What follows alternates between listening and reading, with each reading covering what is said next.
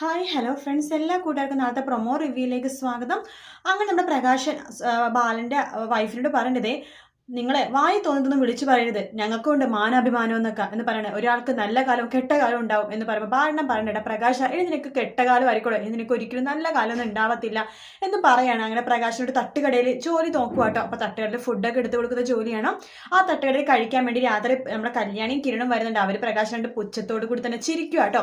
രാവിലെ പ്രകാശൻ നമ്മുടെ അമ്മുമ്മേനെയും കൂട്ടിക്കൊണ്ട് ഒരു വൃദ്ധസദനത്തിൽ പോവാണ്. അപ്പോൾ അവിടുത്തെ മാഡം പറയുന്നുണ്ട്, ഇവിടുത്തെ കാര്യങ്ങളൊക്കെ നോക്കുന്നത് ഒരു മാഡമാണ്. ആ മാഡമാണ് ഇവിടുത്തെ മെയിൻ ആയിട്ടുള്ള ഒരാളെന്ന് പറയുന്നത്. ഇവിടുത്തെ അന്തേവാസികൾക്ക് ഭക്ഷണവും പൈസയൊക്കെ കൊടുക്കുന്നത് ആ മാഡമാണ്. ആ മാഡം ഇന്ന് ഇവിടെ വരും, മാഡത്തിനോട് പറഞ്ഞിട്ട് ഞാൻ ആലോചിച്ചിട്ട് പറയാം എന്ന് പറയാണ്.